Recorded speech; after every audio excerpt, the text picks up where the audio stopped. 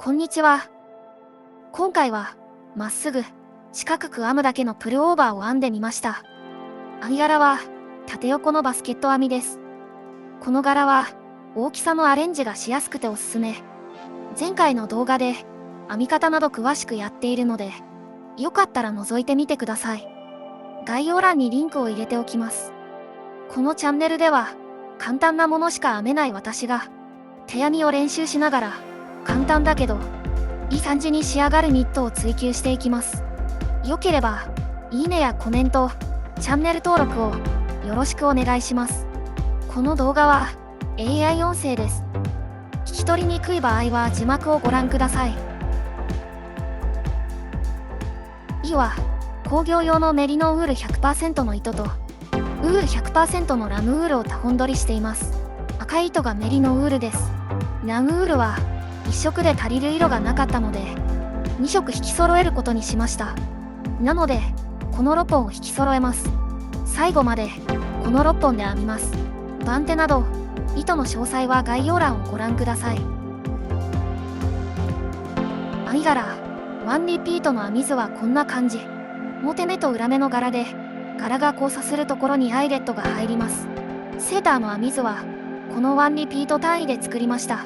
こんな感じです。剥ぎやすいようにリピートの端に表目をプラスしています。お袖は袖幅を出すために両端各3目プラスしました。袖口と裾の11リブは編みながらサイズを考えるので編み図はありません。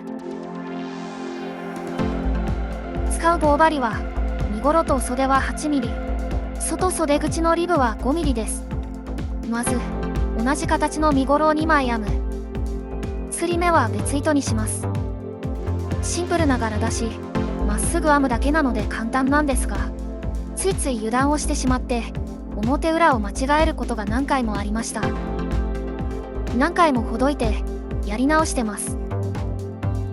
でもこの柄はシンプルな割に立体感が出るし、編んだ段数が分かりやすいのでお気に入りです。これは裏側ですね。続けて編んでいきます。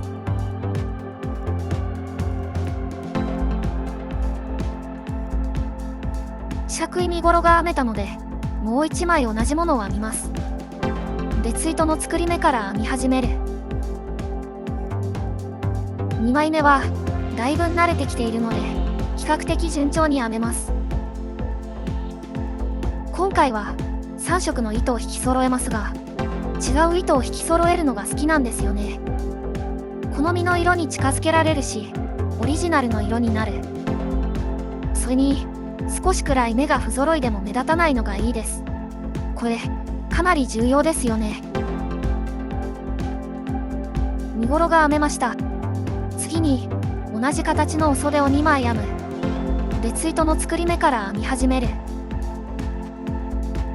お袖もまっすぐ編むだけなので四角いパーツを編みます。続けて編んでいきます。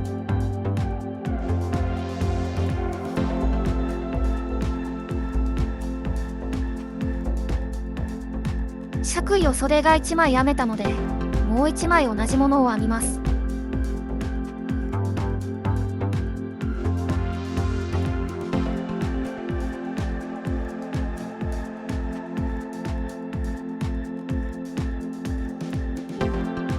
次に肩をメリヤス剥ぎ、次にお袖と身ごろを剥ぐ。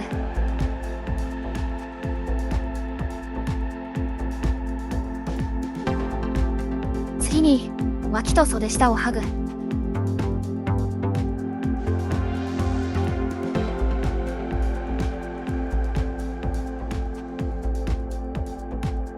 えぐりは伏せ目に。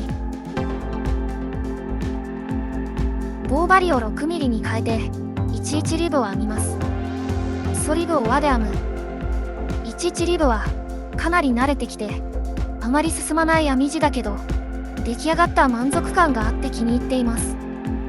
リブの留めもマスターするまでかなり時間がかかったけどだいぶ綺麗にできるようになったと思う。何より11リブはすっきり仕上がるのがいいな。をぐるりと目をして、裾リブ完成。いい感じ。添え口リブも輪で編みます。添え口リブは短めにします。編みが終わったら仕上げ洗いをします。ぬるま湯に15分つけて中性洗剤で洗い、形を整えて自然乾燥して仕上げます。こんな感じになりました。今回は最後の洗いを洗濯機のドライコースで洗いと脱水をやってみました。まあうまくできたと思います。洗濯機の方がムラがなく仕上がりが安定するので、大きなアイテムは手でやるよりいいと思います。で、実は身ごろの編みをミスっていて、初めに編んだ方の身ごろの丈が短くて、脇を剥ぐときに段数が合わなくて気づきました。編み地をよく見ると表目の四角部分が2段少ない。こんな感じです。よく見ると柄の大きさが違いますね。脇は柄を合わせてせこむ感じで剥ぎました。ごまかせた気がする。ちょうど丈が短い分、襟ぐりが引っ張られて前下がりっぽくなった。悪くないかも。肩のところは綺麗にできたけど、柄がつながってた方が良かったな。メリヤス剥ぎを考えて最後一段表目にしたけど、やっぱり柄は合わさないとダメだな。襟端は伏せ目にしただけだけどいいと思う。仕上がりサイズはこんな感じでした。色と柄は気に入っているのですが、もうちょっと丈が長くてもよかったかな。身ごろの柄が目立つように身分幅は細めです。見た感じ手幅が小さく感じますが、頭周りのサイズは全く問題なかったです。結構好みの感じに仕上がりました。嬉しい。この柄はまっすぐ四角く編むだけのセーターシリーズととても相性がいいと思う。柄の大きさを変えてもいいし、糸の太さを変えてもいい。いろんなことができそうな気がする。他のアイテムも編もうかな。ご視聴ありがとうございました。